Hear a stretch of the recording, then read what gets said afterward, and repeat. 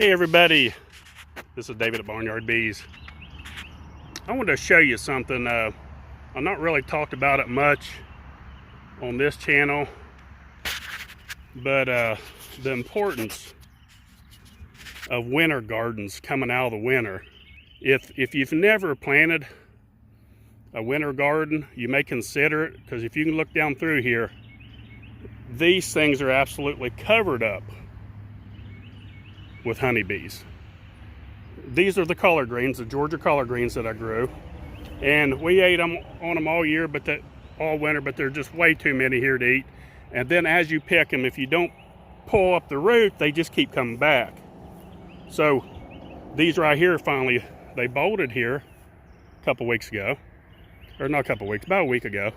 These are beautiful blooms. They are absolutely covered on here. And then if you come over on this side, I got my tiller out. I'm tilling the ground, getting ready to plant some corn.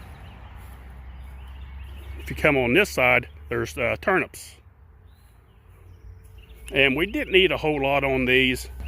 And you can see down here at the bottom, look how big. If you can, hopefully it'll show up. I mean, they're about as big as baseballs. They're big, giant turnips. Maybe not quite that big, let's see. Well, then again, there's my hand, there's a turnip. Pretty good size. So they done pretty good. We'll take it inside here in a little bit. But these things, look how they've bloomed all the way down through there. And the honeybees are absolutely packed out on these. It's just something to consider. And a lot of turnips here. There is a lot of them.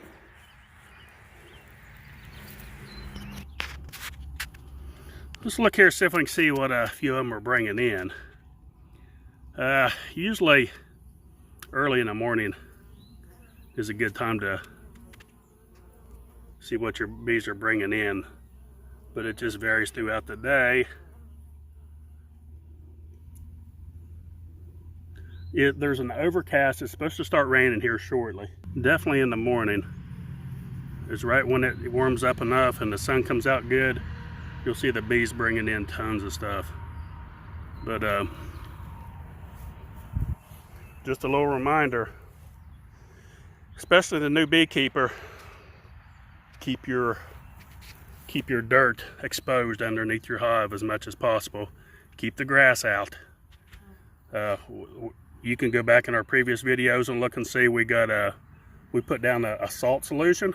And no, I don't agree with anyone that says this is bad for the environment and all this and salt poisons the earth. Come on, people. You're talking about minute quantities of salt going onto the weeds on top of your underneath your hives. It does not hurt anything. It does not hurt the environment. Good gracious. But if you want to comment and argue it, go ahead, that's fine. There's a lot of people on here that'll discuss it with you as well, if I don't. But there is a solution that we use. It's I'll put the link up in the description before you go back to see that video. It's we put a little bit of vinegar, salt, filled up with water, and then you can put like a couple drops. Now remember, I'm saying a couple drops of Dawn dish liquid. Now if you don't agree with that, you don't have to use that solution, but it's never harmed my bees and it's never hurt them, and it does keep the weeds out and keeps them dead. And then the salt also will help control your hive beetles, because they don't like that salt solution underneath the hives. It won't eliminate them, but it does help. And just a reminder to the new beekeepers, keep your hives bare underneath, because the more grass you have, the more moisture you're going to have. The more moisture you have, it's going to give those hive beetles foothold. They get a chance to get in your hive when they lay eggs, and then they hatch out and into a larva, come out and go into the ground. They will come back as a hive beetle But if that ground's hardened up and exposed, they're less likely to do that. So keep that in mind. The sun will keep it dried out, and it'll keep it hard, and it's just harder for them. It doesn't give them a foothold. Like I said, it won't completely eliminate them, but then it makes a big difference. So any of you that's new beekeepers, be aware of hive beetles. They're not a problem now, nor is wax moths, but they're coming before long. So keep that in mind. Keep your wax unexposed wax. If you have wax in your hive that's not attended by bees, get it out of the hive, put it to the side. It doesn't hurt. Now, not like I have here, because these right here are just cleaned up frames. That's all these are here. These are cleaned up, empty frames that has a little bit of wax on them that I can recycle back into the hives as I need them.